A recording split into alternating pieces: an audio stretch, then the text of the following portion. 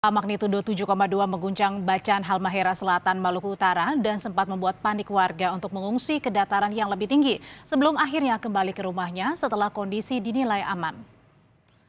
Sejumlah warga saudara yang sempat mengungsi di kota Ternate sudah kembali ke rumah masing-masing dan sebelumnya Basarnas yang memonitor sejumlah titik disinyalir banyak warga mengungsi mengimbau kembali ke rumah. Terlebih karena gempa tercatat tidak berpotensi tsunami. Sebelumnya warga sempat panik dan mengungsi ke daerah yang lebih tinggi. Menurut informasi otoritas setempat, gempa magnitudo 7,2 tidak berpotensi tsunami. Warga diminta tetap tenang dan waspada. Sejauh ini belum diketahui jumlah korban dari gempa bermagnitudo 7,2.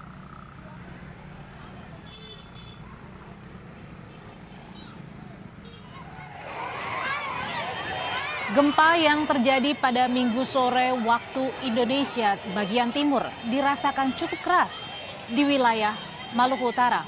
Seperti yang Anda saksikan saudara, bagaimana pengunjung dari salah satu pusat perbelanjaan di Jatiland Mall Ternate ini panik saat gempa bermagnitudo 7,2 mengguncang Maluku Utara.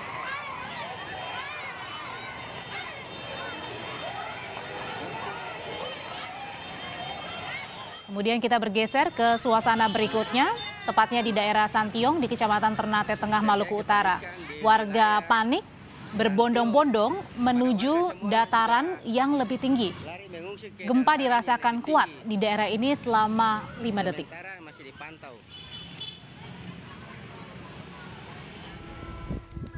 Kemudian ini adalah visual yang kami peroleh dari warga di Halmahera Selatan. Warga panik berbondong-bondong menuju bukit karena khawatir akan terjadinya tsunami. Berdasarkan data BMKG, gempa bermagnitudo 7,2 mengguncang Maluku Utara tidak berpotensi tsunami.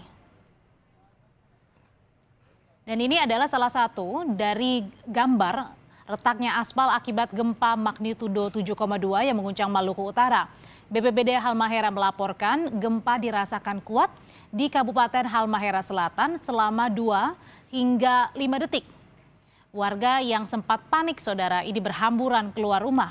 Rumah dinas Polsek Labuha Bacan Halmahera Selatan dilaporkan mengalami kerusakan cukup parah akibat guncangan gempa.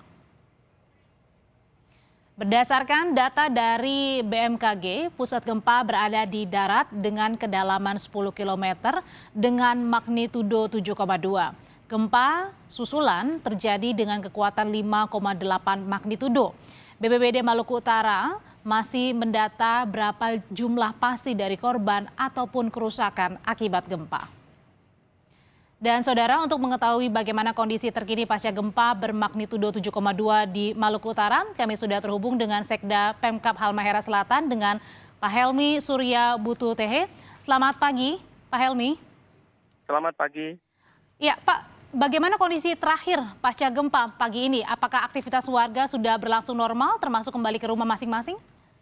Iya, aktivitas warga pagi ini memang masih sebagian bertahan di tenda-tenda pengungsian di Kota Labuha yang mereka masih khawatir terjadinya gempa-gempa susulan dan memang sampai beberapa menit yang lalu masih terjadi gempa susulan dan bahkan menurut BMKG sudah lebih dari 70 kali gempa walaupun dengan skala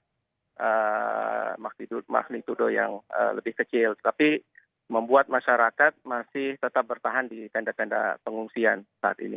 Ya, Pak Helmi, adakah sudah didapat data korban jiwa maupun korban luka akibat gempa? Iya, lokasi yang terjadi dampak yang paling besar dari gempa ini ada di wilayah Kecamatan Gane Barat maupun Gane Timur bagian selatan, tepatnya di Pulau Halmahera bagian selatan, yang memang ini dampak daripada gempa itu cukup besar karena dilaporkan ratusan rumah yang hancur, yang rusak, dan juga dilaporkan ada laporan sampai dengan saat ini sudah ada 2 korban yang meninggal, yaitu di Desa Ganeluar dan Desa Yomen di Halmahera Selatan, Mbak. Untuk korban luka, adakah Pak Helmi?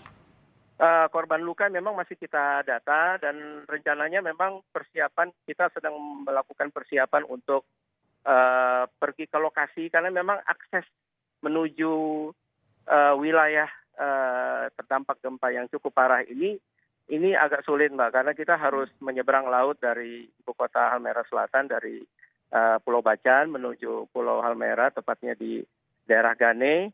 Demikian juga akses jalan dari dari Sofifi, dari ibu kota provinsi Maluku Utara juga terkendala kepada jalan yang masih belum bisa dilalui menuju lokasi. Sementara kita lagi melakukan persiapan dan menuju ke lokasi untuk membawa bantuan logistik yang dibutuhkan, terutama terpal, tenda-tenda darurat, bahan-bahan makanan, obat-obatan, serta selimut. Untuk kebutuhan masyarakat di sana memang kebutuhannya memang saat ini mereka sangat membutuhkan, Mbak. Bagaimana kondisi saat ini dari korban terdampak, Pak, yang sudah juga mengungsi di pengungsian karena tadi Bapak katakan jaraknya sangat jauh dan belum lagi banyak hal atau rintangan-rintangan yang harus dilalui untuk mencapai memberikan bantuan kepada warga? Iya, memang sementara ini baru aparat dari kecamatan maupun desa yang sudah melakukan upaya-upaya penanggulangan darurat bencana dan memang sebagian masyarakat juga sudah mengamankan dirinya ke gunung-gunung. Namun untuk tentang pendataan dan kita memberikan bantuan yang cukup besar ini memang baru kita berangkatkan, Pak, dari ibu kota Labuha di ibu kota Halmahera Selatan di Labuha. Jadi untuk sementara waktu ini semua warga tidak bisa kembali ke rumah ya, Pak, ya?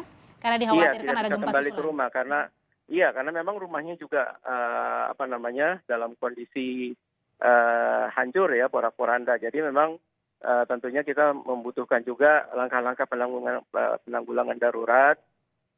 Untuk itu memang kita intens berkomunikasi dengan BNPB provinsi maupun pusat untuk bisa segera menanggulangi keadaan darurat seperti ini. Berapa lama Pak Sekda untuk mungkin ditetapkan status tanggap darurat di sana? Iya, kita status tanggap darurat kita tetapkan waktu selama 7 hari.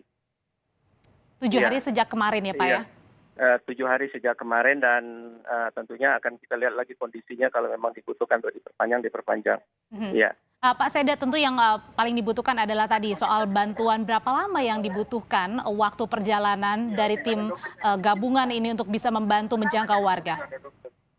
Iya, dengan sarana transportasi laut dengan speed itu dibutuhkan waktu kurang lebih 2-3 jam untuk mencapai lokasi wilayah tersebut. Sementara memang kalau darat ya dari Sofifi misalnya memang terkendala kepada masalah akses jalan, jadi tetap juga harus melalui laut. Jadi transportasi utama untuk menjangkau daerah tersebut adalah laut. Sementara kita lihat kondisi laut juga saat ini juga masih kurang bersahabat, tapi tetap kita upayakan untuk bisa menjangkau wilayah-wilayah terdampak sangat keras dari bencana gempa tersebut. Pak Sekda, lalu bagaimana dengan wilayah yang lainnya? Karena kami juga melihat visual pada saat gempa terjadi, salah satu pusat perbelanjaan ini juga ikut terdampak, begitu? Iya, kalau pusat perbelanjaan mungkin di Ternate ya, Mbak ya.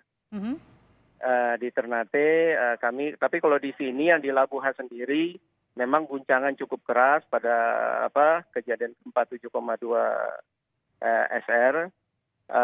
Namun untuk kerusakan bangunan memang tidak kita tidak jumpai, begitu pula dengan korban. Cuman memang kepanikan warga sehingga mengungsi ke kantor bupati, ke kantor Polres, ke kantor Kodim maupun ke masjid yang berada di daerah ketinggian.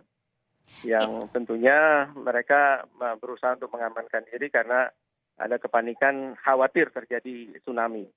Iya, terakhir Pak Sekda, tadi juga ada kekhawatiran warga bahkan dirasakan sampai saat ini, bantuan juga terus dipercepat tapi mungkin belum sampai. Apa imbauan bagi saudara-saudara kita yang saat ini menonton di Kompas TV pagi hari ini, Pak, untuk bisa memberikan imbauan juga kepada saudaranya yang terdampak di Halmahera Selatan?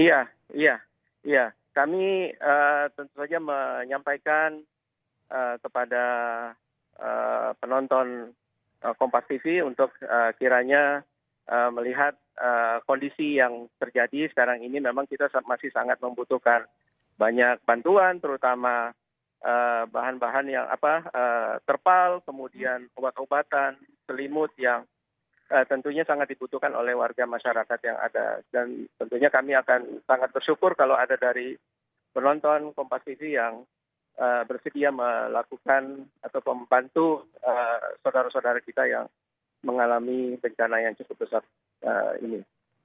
Baik, terima kasih atas informasinya Pak Helmi Surya Bututehe, Sekda Halmahera Selatan untuk berbagi bersama kami di Sapa Indonesia Pagi.